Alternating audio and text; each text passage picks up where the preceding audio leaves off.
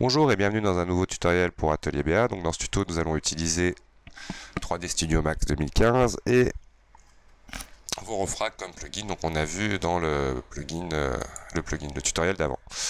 Donc là, je vais créer une boîte. Je vais lui donner des paramètres de 20 par 300 par 250 cm et centrer ma boîte dans l'univers.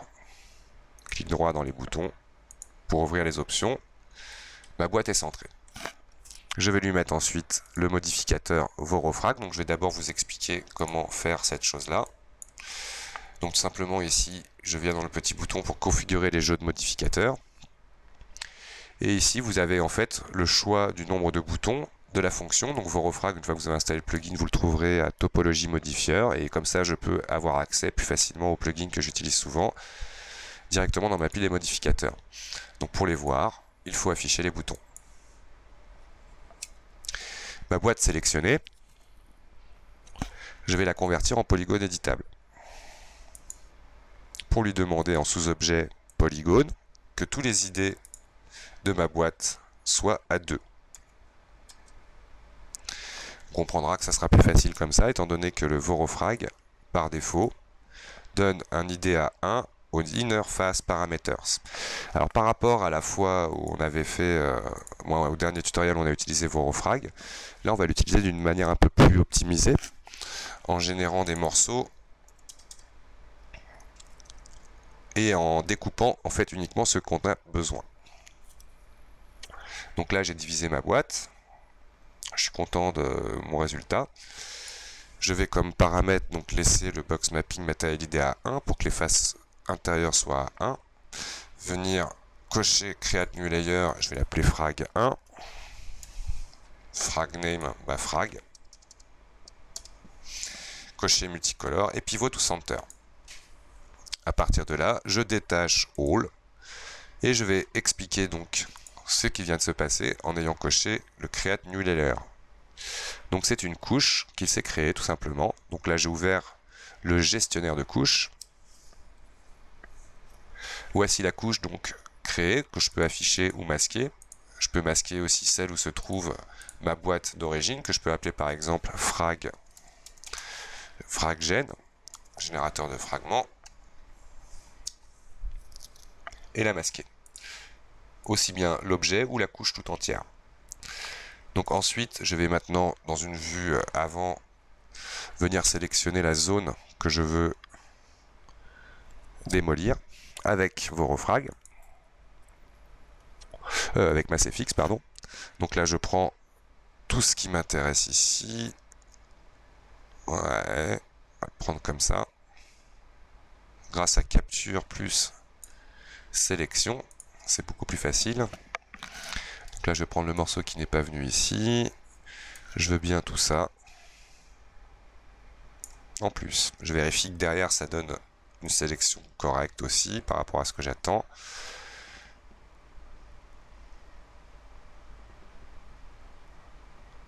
Je vais même venir prendre le bas. Toc. Comme ça. Une fois donc ma sélection est créée, je clique sur le bouton créer une nouvelle couche que je vais appeler frag 2. Alors il peut arriver des fois quand vous êtes en fait sur la couche ici de sélectionner que votre couche en fait se retrouve imbriquée, c'est-à-dire qu'elle se retrouve à l'intérieur d'une autre. Pour la sortir, il faut faire clic droit dessus, annuler l'imbrication. Hop. Donc là je peux masquer mon frag 1 et me concentrer. Ah, on voit qu'il y a un fragment qui m'aurait plu. Celui-ci.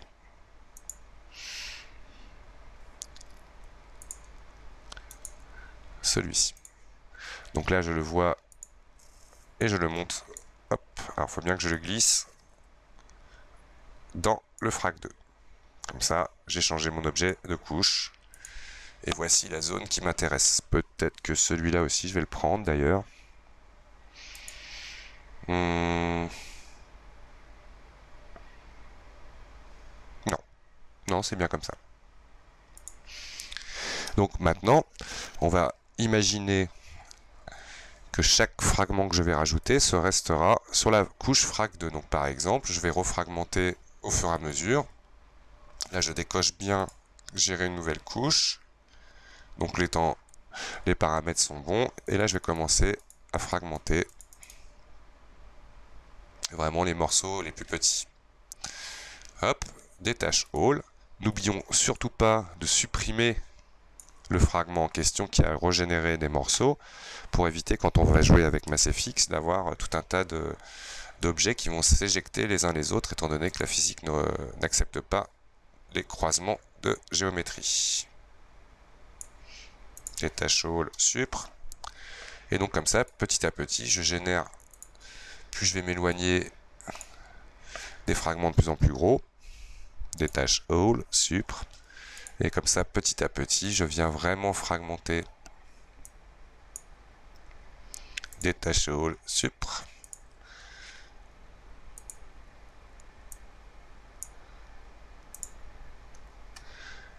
Voilà, voilà. Et vous voyez, ça évite comme ça d'avoir la première boîte fragmentée avec beaucoup trop de fragments. Toc. Ce qu'on va pouvoir faire aussi à un moment donné, je vais refaire une sélection pour éviter d'avoir des bords ici, moins plutôt ici, trop tranchés. Donc là, hop, pareil, vorofrag, détache all, supr. Je vais le refaire une deuxième fois. Vorofrag,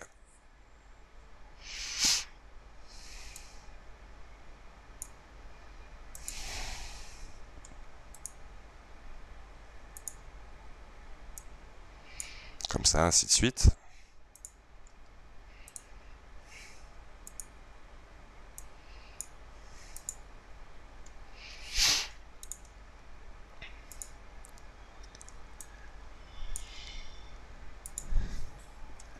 Toc, toc, toc.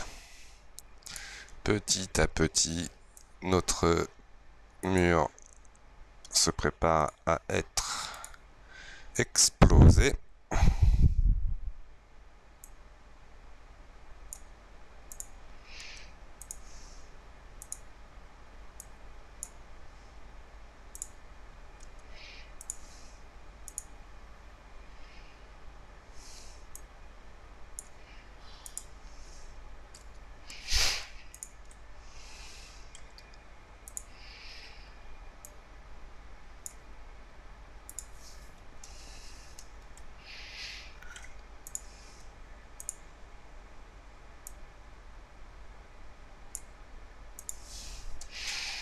Ainsi de suite.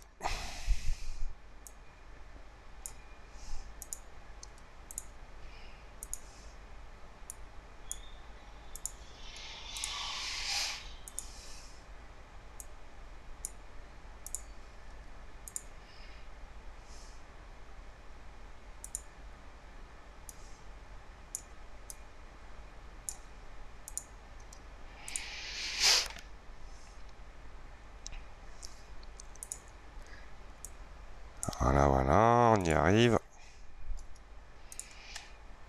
Vorofrag, détache all, supr. Donc ce côté-là est bon. Là, il me reste encore un gros morceau ici.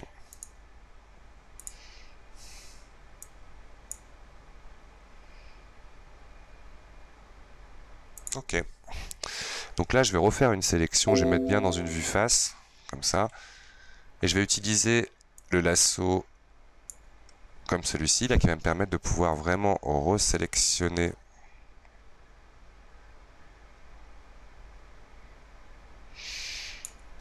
cette partie-là. En imaginant que du coup, là, peut-être que CTRL, je vais additionner quelques fragments comme ça. Voilà. Et recréer une couche frag 3.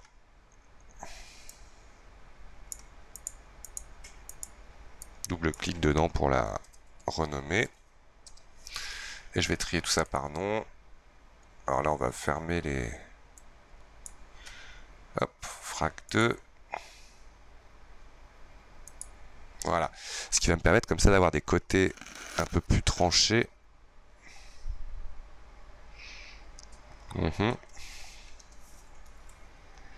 Au niveau des explosions. Alors, OK. Donc,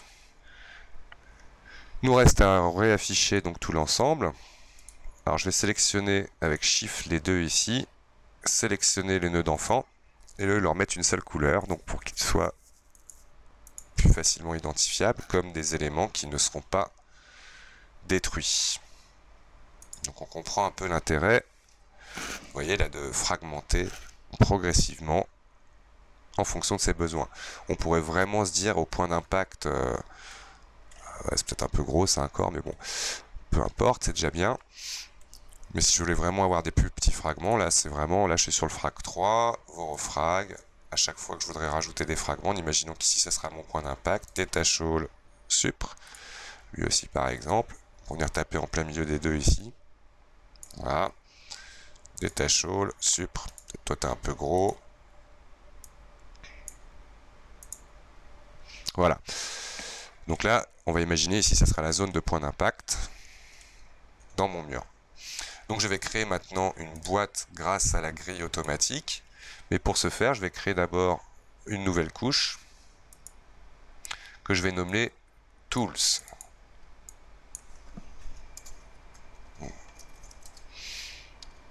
Et donc là, l'ayant créé, donc du coup automatiquement c'est dessus que l'objet va se créer. Donc je vais venir grâce à la grille automatique d'activer. Donc il faut bien d'abord cliquer dans boîte pour avoir grille automatique. Ensuite, venir choisir ici, par exemple, là en plein milieu, ici,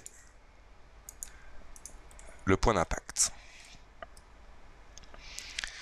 Donc, à ce stade, on va dire que tout est prêt au niveau, je dirais, des préparatifs de mon animation.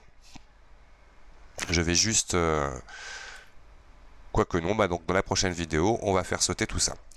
Donc je vous remercie d'avoir regardé cette vidéo et je vous dis à tout de suite pour la suite.